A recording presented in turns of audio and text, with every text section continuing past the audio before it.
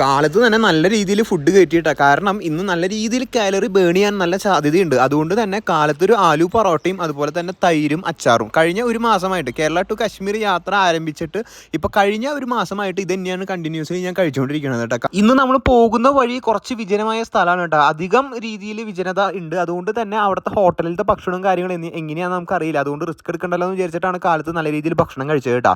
അങ്ങനെ ഒരു ഉച്ചരയ്ക്ക് ആയി കഴിഞ്ഞപ്പോൾ ഒരു സുഹൃത്തിനെ പരിചയപ്പെട്ടു കേട്ടോ. സുഹൃത്തിൻ്റെ അടുത്ത് കാര്യങ്ങളൊക്കെ പറഞ്ഞു. ഞാനിങ്ങനെ ഒറ്റയ്ക്ക് യാത്ര ചെയ്യുന്നതാണ്, കേരളത്തിൽ നിന്നും പോകുന്നതാണ്. എൻ്റെ കഥകളെല്ലാം കേട്ട് കഴിഞ്ഞപ്പോൾ അവൻ പറഞ്ഞു എന്ന് എൻ്റെ കൂടെ താമസിക്കാമെന്ന് പറഞ്ഞു കേട്ടോ. അങ്ങനെ ഒരു 3 മണിയായപ്പോൾ അവൻ്റെ എത്തിയ വശം അവൻ്റെ മര്യാദയ്ക്ക് അവൻ ചോദിച്ചു എന്തെങ്കിലും കഴിച്ചോ എന്നുള്ളത് കേട്ടോ. ഞാൻ സത്യം പറഞ്ഞു ഞാൻ ഇതുവരെ ഒന്നും കഴിച്ചിട്ടില്ല എന്ന് പറഞ്ഞു കേട്ടോ. അപ്പോൾ അവൻ പറഞ്ഞു മുട്ട പൊരിച്ചതുണ്ട്, ബ്രെഡും ഉണ്ടെന്ന് പറഞ്ഞു. അപ്പോൾ ഞാൻ പറഞ്ഞു 4 മുട്ട ഉണ്ടെങ്കിൽ സന്തോഷമായി. അപ്പോൾ 4 മുട്ടയും അതുപോലെ തന്നെ 4 ബ്രെഡും കഴിച്ചു കേട്ടോ. കുറച്ച് ബുദ്ധിമുട്ടുണ്ടായിരുന്നു, വെള്ളം അതിനനുസരിച്ച് കുടിക്കുന്നുണ്ടായിരുന്നു കേട്ടോ.